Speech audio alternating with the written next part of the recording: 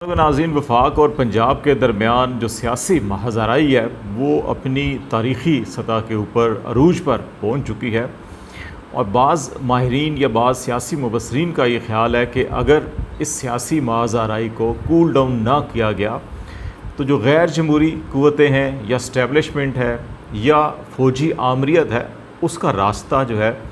वो खुल सकता है। तो आज हम इस हवाले से ज़रा बातचीत करेंगे कि ऐसे कौन से इम्कानात हैं जिनकी बुनियाद के ऊपर ये बात की जा रही है, और क्या वाकई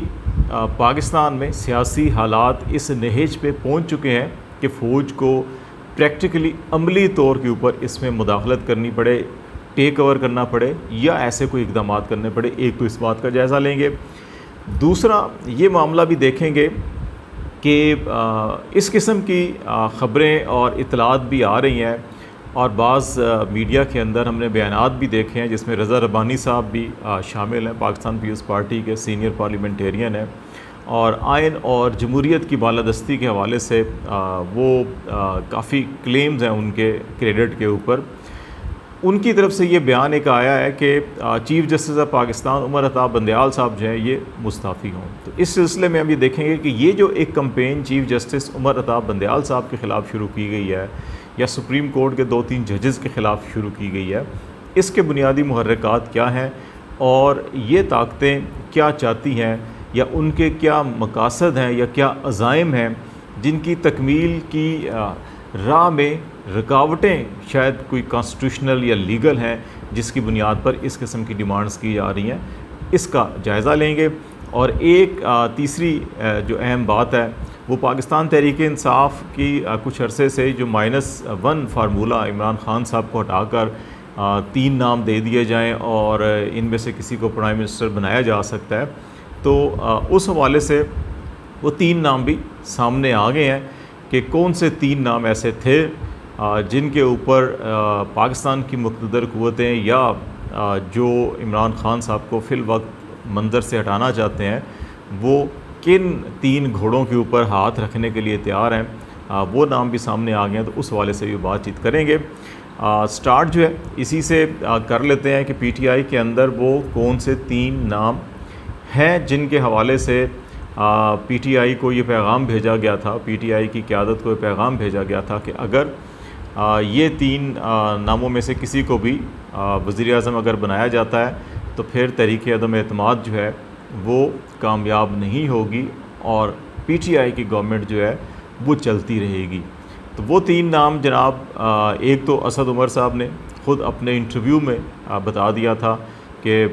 उनका नाम था उसमें असद उमर साहब का, और उन्होंने फौरी तौर के ऊपर उसको मुस्तरद कर दिया और कहा कि इमरान ख़ान के होते हुए पीटीआई इमरान ख़ान है और इमरान ख़ान पीटीआई हैं, तो ये बिल्कुल नॉनसेंस होगा कि इसको तस्लीम किया जाए। दीगर जो 2 नाम हैं जिनके ऊपर इस्टेब्लिशमेंट या मुक़्तदर हल्के या वो ताकतें जो उस वक़्त अदम एतमाद को कामयाब करवा रही थीं, जो मुत्तफ़िक़ थीं कि अगर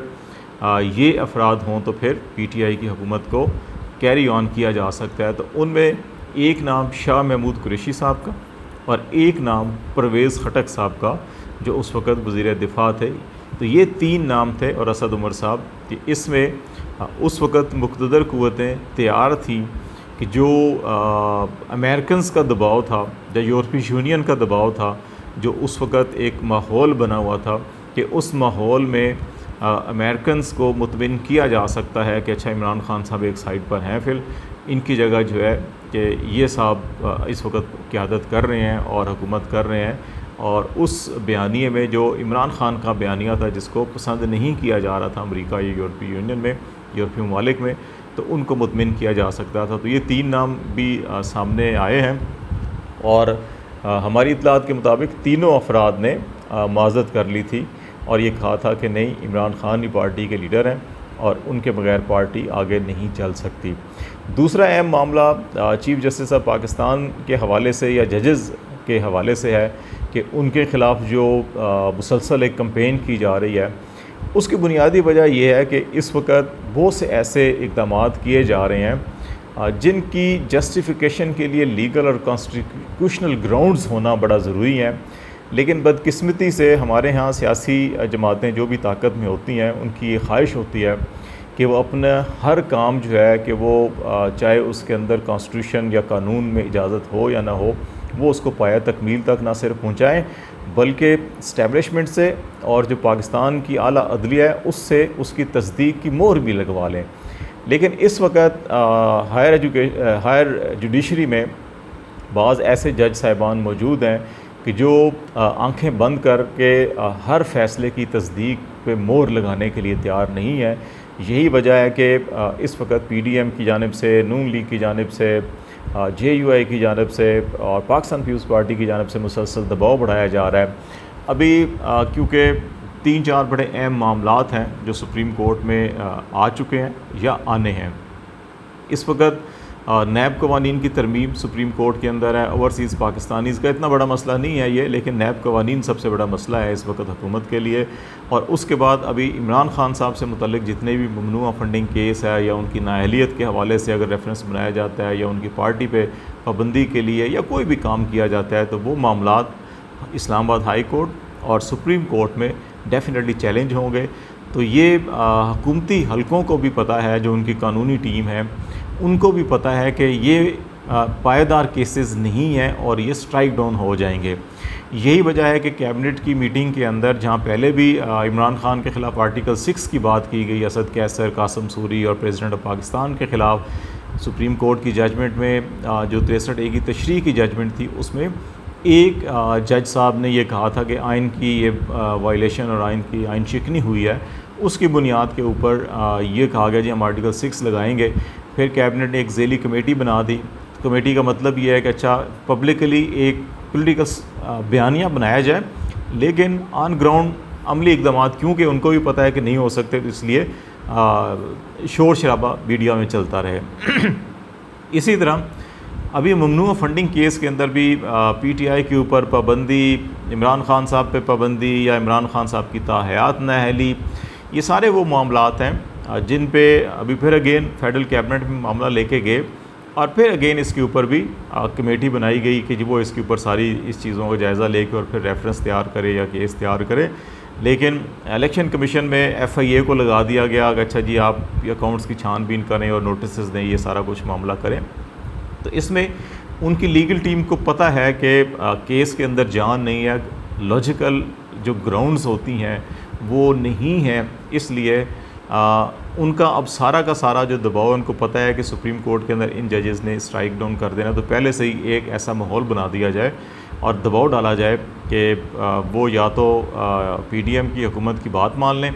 या फिर इतना दबाव डाला जाए कि जी इसके अंदर मज़ीद जजों को शामिल किया जाए और कोई भी अगर 1-2 इख्तलाफी नोट भी आते हैं तो उनके ऊपर हाउ काफ़ी की जाए। तो इसलिए ये मुसलसल दबाव सुप्रीम कोर्ट के ऊपर भी डाला जा रहा है। और तीसरा मामला जो वफाक और पंजाब के अंदर महाजराई का है, हमने 90 की दिहाई में, 80 और 90 की दिहाई में जब पाकिस्तान पीपल्स पार्टी और PMLN या इस्लामी जमहूरी इत्तेहाद की हुकूमत हुआ करती थी, तो उस वक्त एक महाजराई का ये आलम था कि मोहतरमा बेनज़ीर भुट्टो अगर लाहौर जाती थी तो नवाज शरीफ साहब एयरपोर्ट उनको रिसीव करने भी नहीं आते थे, और अब उससे कहीं ज़्यादा कशीदगी दिखाई देती है। और आशूरा के बाद जो है दोनों अतराफ़ में, वफाक में FIA जो है कि वो बड़ी एक्टिव होगी और PTI की मेन लीडरशिप के ख़िलाफ़ मुकदमात, गिरफ़्तारियाँ और इस किस्म की तैयारी की जा रही है। और पंजाब में स्पेशल इन्वेस्टिगेशन यूनिट बनाया जा रहा है जो 25 मई के मामलात की तफ्तीश तहकीक करेगा। और फिर साना मॉडल टाउन के हवाले से हमने पहले भी बातचीत की है, तो और उसमें भी वो प्राइम मिनिस्टर को भी, वज़ीर दाखिला को भी, तातारड़ को भी, मलिक अहमद अवान को भी और कई जो सीनियर आला ऑफिशल्स हैं पुलिस के, सिविल ब्यूरोक्रेसी के, डिप्टी स्पीकर पंजाब असम्बली साबिक जो दोस्त मज़ारी, उनको भी नोटिस किया जाएगा। तो ये जो महाजराई और कशीदगी है, ये बाज़ लोगों का ये ख्याल है कि ये अगर प्राइम मिनिस्टर को या वज़ीर दाखिला को पंजाब की पुलिस अरेस्ट करती है या वो महदूद हो जाते हैं इस्लामाबाद में और पंजाब नहीं जा सकते, और इसी तरह इमरान खान साहब को बनी गाला में महदूद कर दिया जाता है कि वो 13 अगस्त से पहले ही कि जब जलसा उन्होंने करना है अरेस्ट किया जाता है, तो इससे एक बहुत बड़ी अनारकी पैदा हो सकती है पूरे मुल्क के अंदर और गली मोहल्लों के अंदर लड़ाई झगड़े हो सकते हैं, और उसके नतीजे में फ़ौज को डायरेक्टली जो है कि वो शायद अंदर मुदाखलत करना पड़े और कुछ मामलात को अपने हाथ में लेना पड़े। ये बाज़ लोगों की राय है। लेकिन मेरा ख़्याल है कि इस वक्त ऐसे हालात नहीं हैं, बावजूद इसके कि बज़ाहिर ये लगता है कि बहुत बड़ी गिरफ़्तारियाँ अशूरा के बाद होने जा रही हैं या नोटिसेस होंगे या बहुत पकड़ दकड़ मार कुटाई या खून खराबा हो सकता है। लेकिन जो इस वक्त उम्मीद का या मुस्बत पहलू है वो ये है कि हमारी अदलिया एक्टिव है, हमारी अदालतों के अंदर अभी भी जो ह्यूमन राइट्स की वायलेशन है या कानून की वायलेशन की जाती है। हमने रिसेंटली इस्लामाबाद हाई कोर्ट में देखा कि बहुत से ऐसे मुकदमात में जब पॉलिटिकल लीडरशिप को या एक्टिविस्ट को या जर्नलिस्ट को इन्वॉल्व करने की कोशिश की, गिरफ्तारियाँ की गई, तो अदालतों ने रात गई भी खुले और फ़ैसले किए और कानून की बालादस्ती को यकीनी बनाने की कोशिश की। तो मेरा ख्याल है कि जो ये जुडिशरी का बड़ा अहम रोल होगा अगले आने वाले चंद हफ्तों के अंदर, और जुडिशरी का किरदार ही जो है कि वो जो इस्टेब्लिशमेंट की या मिलिट्री की इंटरवेंशन है उसको रोकेगा और मजबूर करेगा सियासी जमातों को और पंजाब की और वफाकी हुकूमत की जो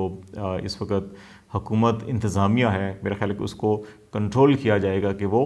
अपनी जो जुरिस्डिक्शन है, जो कानूनी जुरिस्डिक्शन है, हदूद है, उनसे आगे ना बढ़ें। इसलिए मेरा ख़्याल है कि ये जो ख़दशे का इजहार किया जा रहा है कि जी फ़ौज आ जाएगी या मार्शल आ जाएगा, ये फ़िल वक्त जो है कि ये नहीं दिखाई देता कि ऐसा होगा। लेकिन यकीनी तौर के ऊपर आशूरा के बाद जो सियासी हालात हैं, जो सियासी माहौल है, इसका टेम्परेचर जो है वो मज़ीद हाई होगा और इस टेम्परेचर को मेरा ख़्याल है कि ज़रा कूल एंड काम करने की ज़रूरत है ताकि मामलात जो है कि वो इलेक्शन प्रोसेस की तरफ और जमहूरी प्रोसेस की तरफ आगे बढ़ें।